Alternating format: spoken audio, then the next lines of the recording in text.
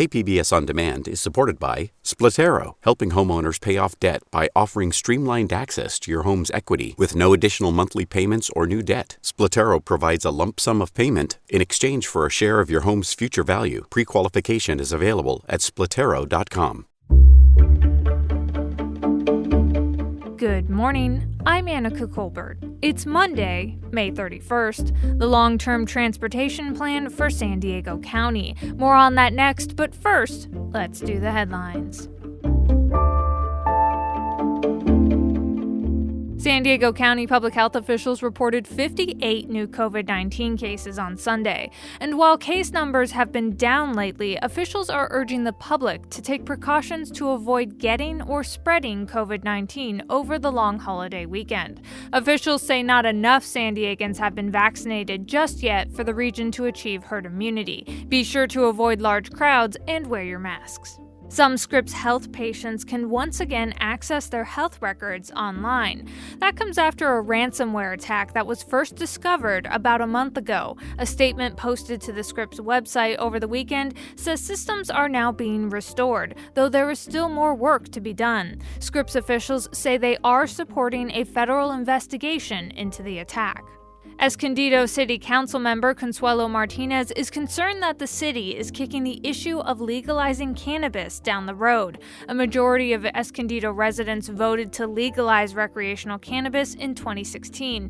But despite that, the city council recently voted to continue a ban on legal dispensaries within city limits. By upholding the status quo, Martinez says the city is at risk of advocates putting the measure on the ballot once again, and the city would lose its say on how to regulate dispensaries.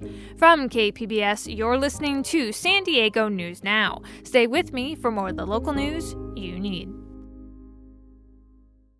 KPBS On Demand is supported by UC San Diego's Art Power, presenting cellist Joshua Roman, performing from his album Immunity, alongside music by J.S. Bach and more, Sunday, June 22nd at UC San Diego's Epstein Family Amphitheater. Reserve your tickets at artpower.ucsd.edu.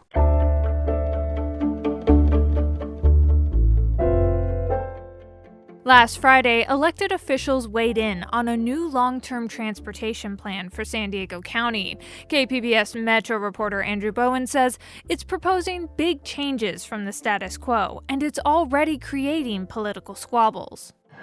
More frequent trolleys, faster buses, 200 miles of new high-speed commuter trains. These are just a few of the highlights from the draft Regional Transportation Plan proposed by the San Diego Association of Governments, or SANDAG. The agency says this is what it will take for the county to meet tough state requirements to lower greenhouse gas emissions. We're reimagining the future of transportation system. We're allowing San Diegans to dream. But the only way they're going to achieve these dreams, if you as leaders make it possible for them. The mass transit expansion would only work if cities change their zoning laws and permit the kind of dense housing that lets more people live within walking distance of a bus or rail station. Increasingly, as we look at the responsibilities for our housing goals, it's often asked, where's the infrastructure? Well, this plan describes where some of the infrastructure will come from.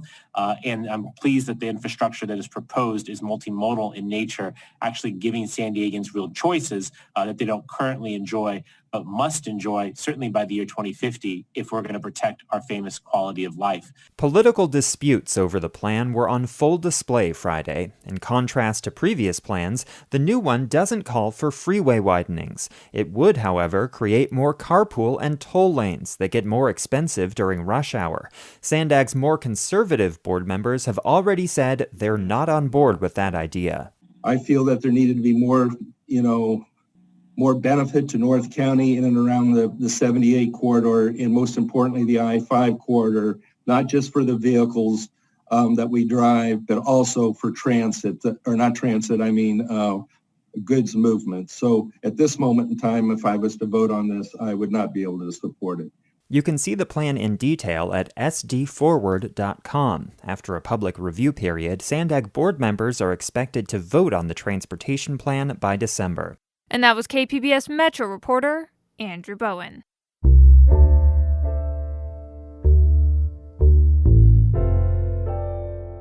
A popular post on social media claims businesses in the U.S. can't legally require customers to provide proof of vaccination or deny entry based on vaccination status. PolitiFact California reporter Chris Nichols explored those claims with anchor Randall White in this week's Can You Handle the Truth segment. Chris, where did this post come from? This comes from a website called Healthy American. It's run by an anti-mask activist in Orange County, and the website has been the source of a lot of misinformation in the past. The claim about businesses not being able to require proof of vaccinations is just not accurate, but it was shared on Instagram and Twitter and received more than 60,000 views within 2 days last week. It was flagged by Facebook users, and our PolitiFact California contributor Sasha Hupka examined it through our social media fact-checking initiative. Yeah, the post cites the Fourth Amendment as the reason businesses can't require this proof. What did legal experts have to say about that? Well, the Fourth Amendment states that Americans have rights against unreasonable searches and seizures from the government, but legal experts pointed out that asking a person for proof of vaccination does not constitute a search or a seizure, and private businesses are not the government entities addressed in the amendment. Chris, remind us about the freedoms businesses do and do not have when it comes to dealing with customers. There are some limits. That's right. Under the Civil Rights Act, private businesses cannot discriminate on the basis of race, gender, religion, national origin, or disability. But aside from that, businesses generally are able to set their own rules on their private property. Even so, legal experts told us that businesses might have to provide reasonable accommodations, at least for those customers who can't be vaccinated because of a disability or religious belief, before they can refuse service. This might include allowing the customer to enter wearing a mask or offering them a virtual no-contact version of the service that the business provides. How did PolitiFact California rate the claim about businesses not being able to require proof of vaccination? We rated that claim false. Finally, Chris, there's always more questionable claims spreading on social media. PolitiFact found one that discourages people from getting a COVID-19 vaccine because it suggests, and wrongly so, that doing so could jeopardize your life insurance policy. Tell us about that one. This post was also flagged by Facebook users, and it's been circulating online for a while now. And you're right, the claim is not accurate. Back in March, the American Council of Life Insurers, a trade group that represents about 280 companies, they issued a statement calling this claim entirely false information. We found that life insurance companies, trade groups, and state regulatory agencies have all said that the COVID-19 vaccine does not play a role in life insurance eligibility or payouts, and we rated the claim on Facebook as false. That was Cap Radio's PolitiFact California reporter Chris Nichols speaking with anchor Randall White. Full versions of all fact checks are available at capradio.org/PolitiFact. Coming up, the pandemic is just the latest challenge for a North County farming family of Japanese descent. They've also had to overcome legal barriers and internment camps. If you had a Japanese face and you had Japanese ancestry, even though you're an American citizen, they interned you. It put you in jail. That and more up next, just after the break.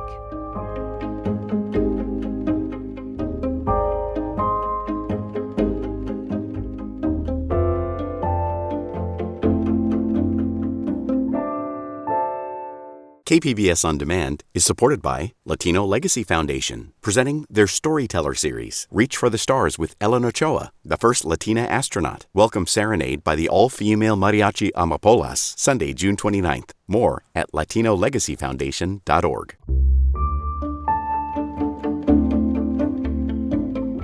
A North County farming family of Japanese descent has persevered and prospered over generations despite numerous challenges. KPBS North County reporter Tanya Thorne has more.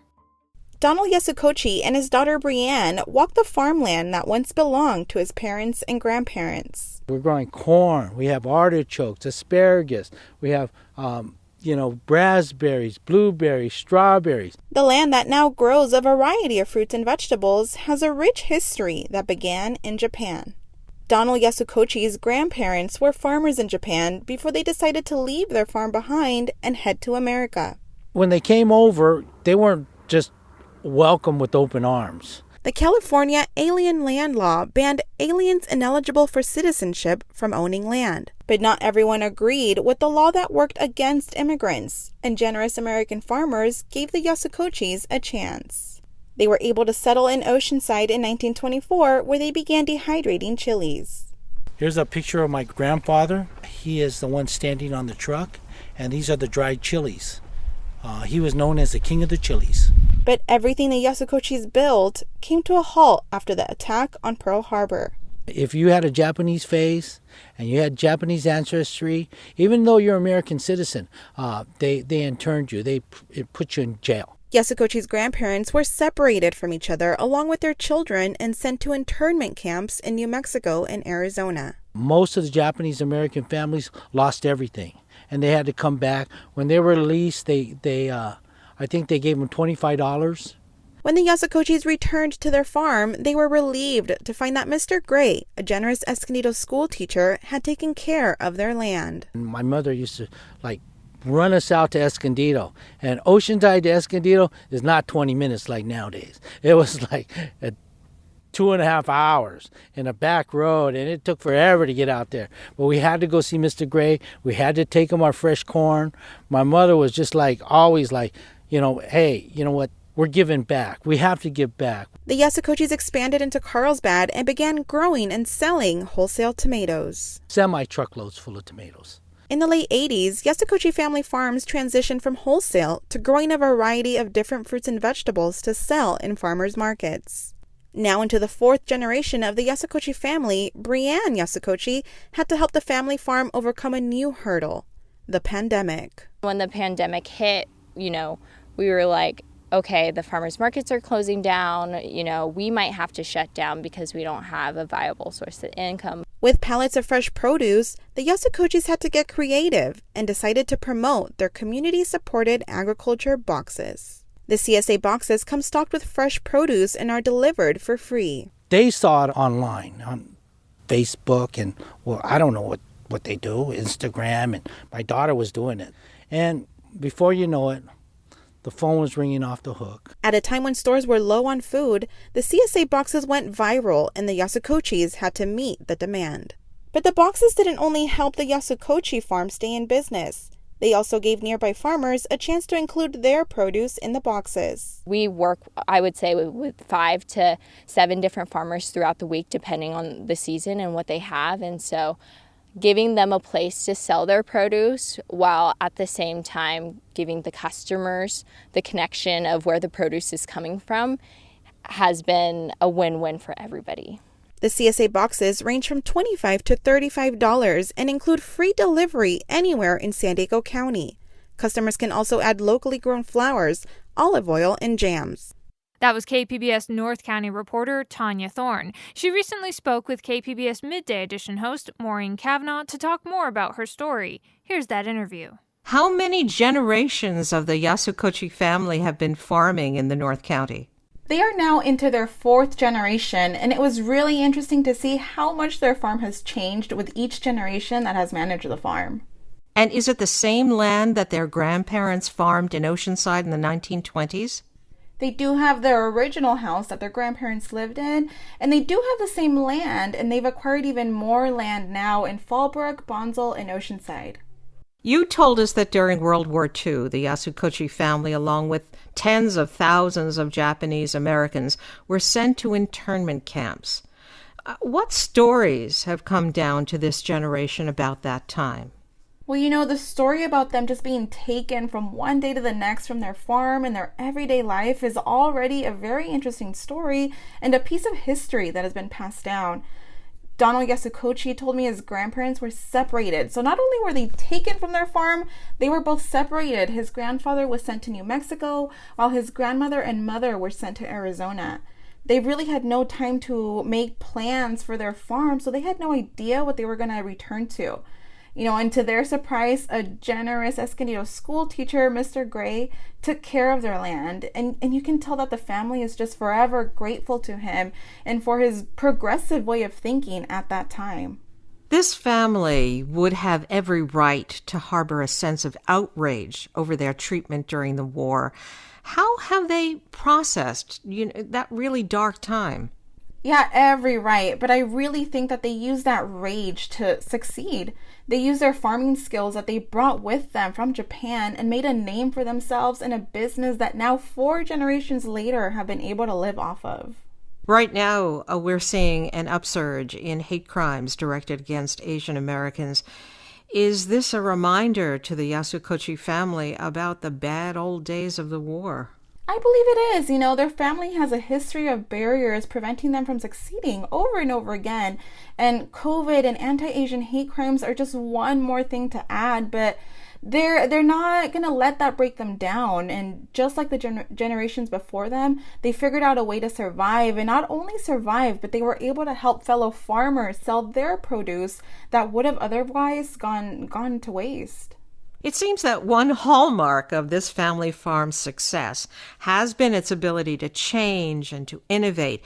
Tell us about how the farm has changed over the years. Their story is so representative of innovation as each generation has taken over the farm. They started dehydrating chilies with a special machine, which was very innovative back in the day. Then they moved on to growing and selling wholesale tomatoes, becoming one of the biggest distributors in California. They moved on to diversifying their crops to a variety of fruits and vegetables and selling them at farmers markets. But the pandemic ultimately put a stop to the farmers markets. And here comes Brianne Yasukochi, the youngest generation to take over the farm, who used social media to promote the farm's CSA boxes with free delivery. And this was at a time when grocery stores were low on food. So, that just went viral. And that was another big innovation that didn't go over immediately with the older generation on the farm. Tell us about that.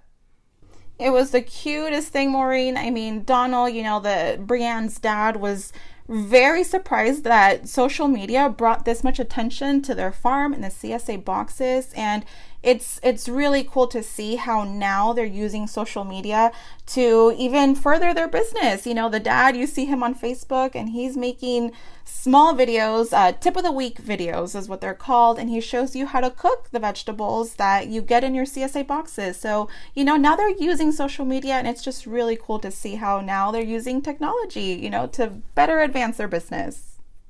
Since the pandemic seems finally to be easing up, do the Yasukochis and the other farmers involved plan to keep up the CSA boxes? Oh yes, the CSA boxes are definitely here to stay, and their program has extended to all of San Diego County. They kept the free delivery. You get a box full of fresh, organic, and pesticide-free fruits and vegetables, and they let us get a little taste, and oh my goodness, I definitely recommend. Everything was fresh and tasty, and we were watching it, just go from the ground to our hands. So it was beautiful. And I think in the future they do want to open up their farms to the public for some strawberry and blueberry picking. Profiling this family, Tanya, was right in line with the end of Asian Pacific American Heritage Month. How did their amazing story, how did it come to your attention? It's not very often you find a family-run farm, especially 4 generations deep with such a rich history. And, as I do North County reporting, our community forgets that Oceanside holds a large farming community. And the Yasukochis are one of the few that have been here for almost a century. So, they really stick out and they're very special. Well, thank you for bringing us this story. I've been speaking with KPBS North County reporter Tanya Thorne. Thanks, Tanya. Thank you.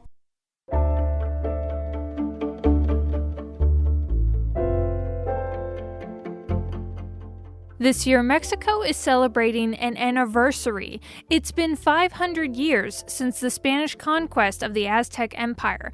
In part to mark that anniversary, Mexico has been actively working on the repatriation of archaeological objects, some of them from the U.S. But is this a righteous search for historic justice or a crusade to strengthen nationalism? From KJZZ's Fronteras Desk Bureau in Mexico City, Rodrigo Cervantes reports. Historian Becca Duncan and I meet at La Conchita Square in southern Mexico City, the place where conquistador Hernán Cortés settled as he founded Mexico City on top of the defeated capital of the Aztec or Mexica Empire. Maybe in a bench very similar to this, Hernán Cortés sat at some point. Mexico's current government is commemorating 500 years of the fall of Tenochtitlan, the ancient Mexico City. As part of the celebration, some avenues and squares are taking back pre-Columbian names. Duncan says the idea may be adequate to honor indigenous communities and fight racism. What I don't like so much is the political use of that. Mexico's president has asked Spain to apologize for its colonialism in the country while instructing his wife to tour Europe to collect archaeological artifacts extracted from Mexican soil. Controversy followed, but Duncan says Mexico's actions also respond to a global trend against colonialism. There is a very rightful claim for European museums and American museums, I have to say, to give back some of these pieces. In this effort to decolonize our societies, we have to also decolonize our cultural institutions and our museums. But Duncan says some governments and institutions from developed countries defend their right to maintain their pieces, arguing more and better resources. I think that's also, you could say, a very racist argument, right? It's like, only white European people know how to preserve historic artifacts. Diego Prieto is head of Mexico's National Institute of Anthropology and History. He says the push to return historic artifacts is not new and that Mexico is not alone. Que los bienes culturales estén en el ámbito. Prieto says world treaties establish that cultural goods should be kept in those countries where their cultural and symbolic values originate. Mexican law also establishes that historical objects belong to the nation. El alma no se vende. You can't sell your soul, Prieto says. He says unregulated markets, along with looting, have allowed many artifacts to end up in private collections or institutions overseas. 5,430 objetos culturales. The anthropologist says Mexico has recovered more than 5,400 objects since 2019. The vast majority of them came from the U.S. In March, the Mexican consulate in Nogales received 280 archaeological artifacts, most of them obtained from Department of Homeland Security seizures. But for years, the crown jewel for many Mexicans is in Austria, and it is, quite possibly, a crown itself, a penacho or plume allegedly given by Moctezuma to Cortés. Que era como una misión imposible. That's President Andrés Manuel López Obrador saying that it was an impossible mission for his wife to bring the plume from Vienna's ethnographic museum since Austrians have taken permanent ownership of it. Gerardo Familiar is an expert in museology and Mesoamerican history at the Extension School in Canada of the National Autonomous University of Mexico. He explains that recent investigations between Austria and Mexico determined it was best to keep it in Vienna. The object was deemed too fragile for transportation. Familiar says the agreement illustrates a path that many governments and institutions could follow. And I firmly believe that both Mexico and Austria share a joint responsibility toward the object's preservation for future generations. The expert says the current repatriation of historical objects in Mexico responds to nationalistic rhetoric. But he says it's important that historic objects return to the communities where they have special significance. In my opinion, what defines an object with a cultural or historical significance has to do with the heritage. Familiar says many indigenous communities in North America consider these artifacts sacred objects, like an extension of their beings. And in those cases, he says it's important to return those artifacts. For the expert, collaboration and friendly dialogue between countries, institutions, and ethnic groups will be fundamental for years to come to protect the objects that history has left behind. That was KJZZ's Rodrigo Cervantes reporting from Mexico City. That's it for the podcast today. Be sure to catch KPBS Midday Edition at noon on KPBS Radio, or check out the Midday Edition podcast. You can also watch KPBS Evening Edition at 5 o'clock on KPBS Television. And as always, you can find more San Diego news online at kpbs.org. I'm Annika Colbert. Thanks for listening, and have a great day.